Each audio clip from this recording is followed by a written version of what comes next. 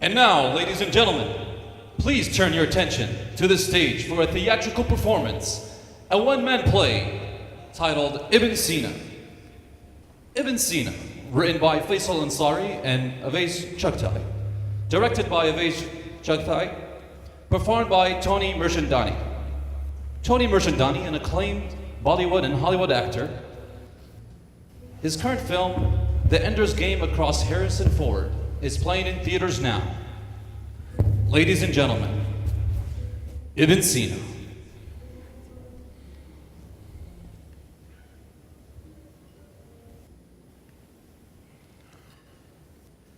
Dear friends, I am Ibn Sina, the 10th century thinker and scholar of faith and science.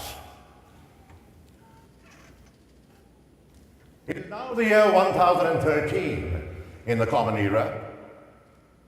We're in the middle of the golden age of Islam, where my fellow Muslims have made great strides in medicine, mathematics, philosophy, the arts, and the sciences. It is also a turbulent time for me, for I have to contend with the warlords of my region, the Turks and the Sultans, and the worst of them, Muhammad of Ghazna, who summonses me to his court so that I may serve his special interests. As a man of learning could be compared to the mere court jester, I refuse to serve the sultans. There is no honor in that, I tell you. And it is because of this very reason that I'm now in hiding near the Aral Sea in modern-day Uzbekistan, where I spend my time studying, writing, and hiding. My father, may Allah have mercy on him, was a scholar too, a man of nobility. Were it not for his status in society and his honorable intention to educate me, I would not be the great Ibn Sina, or as they refer to me in the West, Avicenna.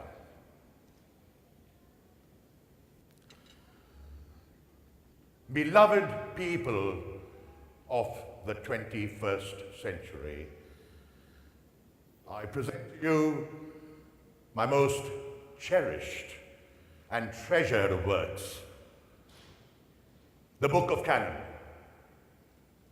a book on healing, translated into 7 languages and considered to be the single most important book in the history of medicine.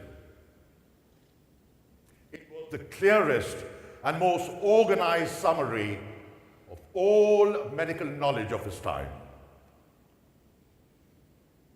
A book of interest to many of you here. But before we delve into the works of medicine, I'd like to share with you my journey from childhood to the present. For the journey, dear friends, is the destination. I was born in the year 980 AD in the city of Bukhara in modern-day Uzbekistan. At an early childhood hour, I was put under a teacher of the Quran and letters. By the age of 10, I had mastered the Quran and very much literature on Islamic law, Sharia, and jurisprudence, fiqh, so that I was marveled at for my aptitude. I studied day and night, not wasting a single second of time, committing to memory as much as I possibly could. Also, books in those days were rare to come by without riches. When I was in my early teens, there came to my city a man called Al-Fatali. He claimed to be a philosopher. Al-Fatali marveled at me greatly and warned my father that I should engage in no occupation other than learning. And so my father put me under his tutelage. We began with the basic introduction to logic. It wasn't long before I had a greater understanding of logic than my teacher.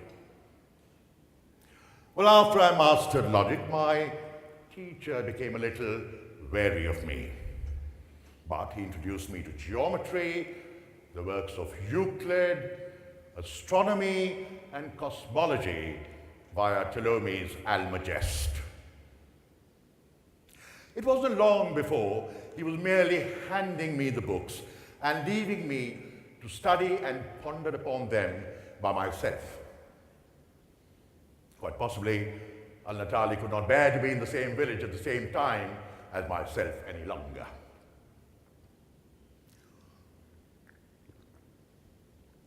After a while, Al-Natali left town out of frustration. But I must say, it was he who taught me how to think and reason for myself. While I was still in my hometown, in my teens, I desired to study medicine. And so I proceeded to read all the books on medicine. You see, medicine was not a difficult science for me, and I mastered it in a fairly short period of time. At the age of 16, I was qualified to practice, and I began to make my living as a physician. Physicians in those days were much in demand, greatly honored, and often greatly rewarded too. From the looks of this room, I can see that not much has changed since. A few things were different though. We were, you see, only compensated if the sick got better. If a patient died because of misdiagnosis, we would be taken to trial, much as is the case today. Access to the best medical facility is a right, not a luxury reserved for the elite. I've always believed that it was important to take care of those who were less than privileged. And so I would set out very often and cure the poor who were ill. As a matter of fact, I learned far more through first-hand experience about medicine than through all those books. I remember when I was 18 years of age, the ruling Amir of my city fell ill, and no one could cure him. So I was summoned to his court, and I proceeded to restore him. Fortunately, I was the only one who could cure him, and God blessed me with a gift.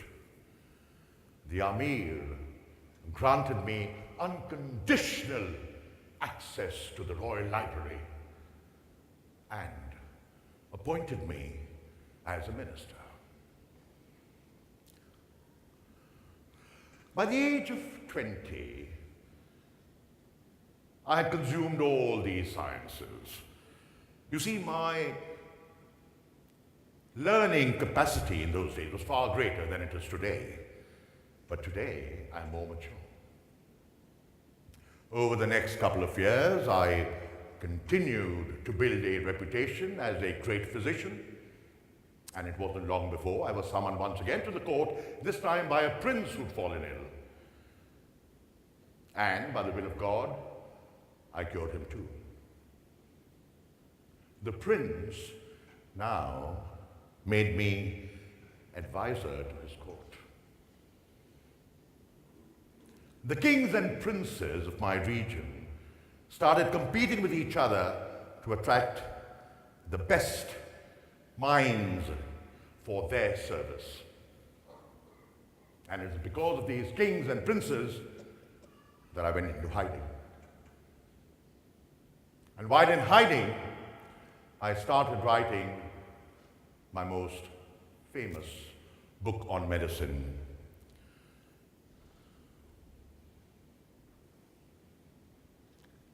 The Book of Canon, or better still, Qanun, meaning law. I wrote over 1 million words in 5 volumes entitled The General Principles of Medical Practice, Basic Drugs, Local Diseases, General Diseases, and Compound Medicines. Some of my most important chapters deal with social and preventive diseases and the effect of the environment and hygiene upon one's health. As you all know, simply washing your hands is the most effective way of preventing the spread of infectious diseases. I discuss quarantine and isolation of infected persons, sanitization of surgical equipment and bandaging, all very important when it comes to curing a patient. I was the first to reject hearsay and superstition in practice. A drug must be tested and evidence procured before it can be used.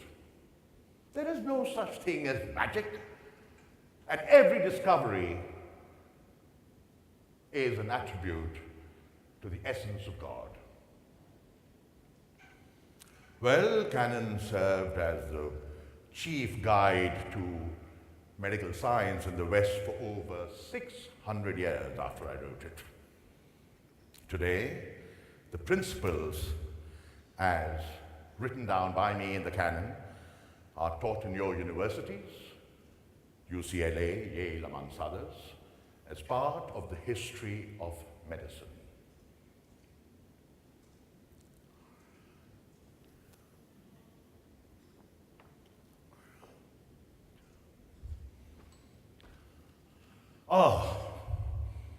The works of metaphysics. The philosophy of why things are rather than how things are, according to the great Greek philosopher Aristotle. You see, philosophy and logic were my first love, and unlike medicine, my most challenging subjects. I remember many years ago when I was reading Aristotle's Metaphysics, and I could not understand his content, and I despaired. I read it over 40 times till I had it committed to memory, but even then did not understand and continued to despair. And I prayed to God, and a bookseller brought me the book On the Objects of Metaphysics by Al-Farabi. Only then could I begin to understand. Thanks be to God.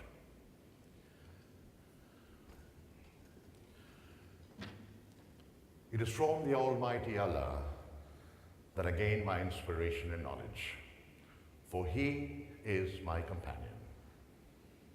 O Allah, I cherish a great belief in your making the world a better place through these studies, inshallah.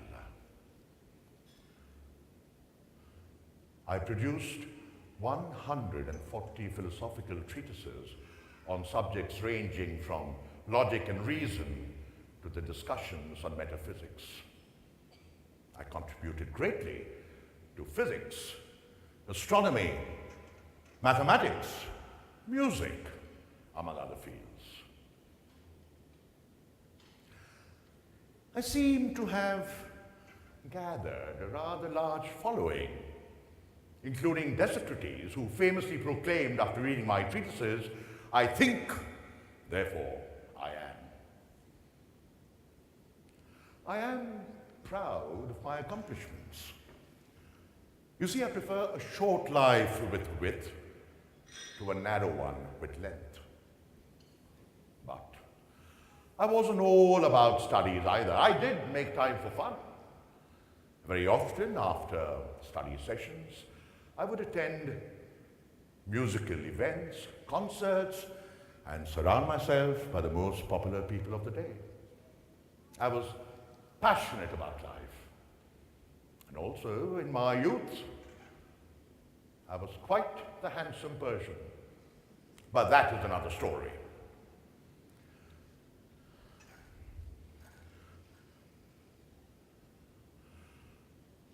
They've named a crater after me in the moon. How very interesting.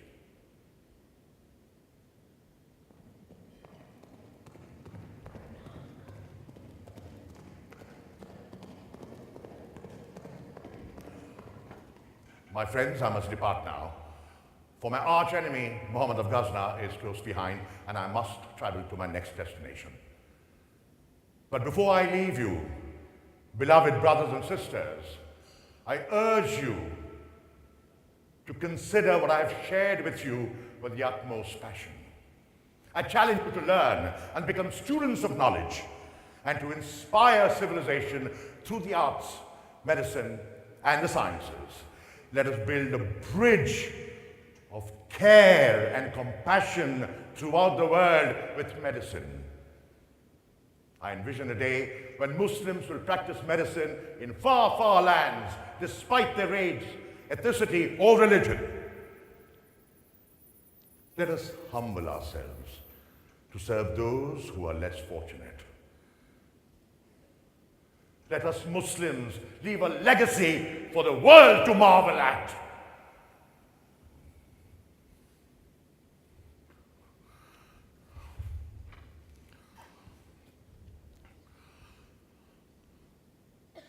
God willing, we shall meet again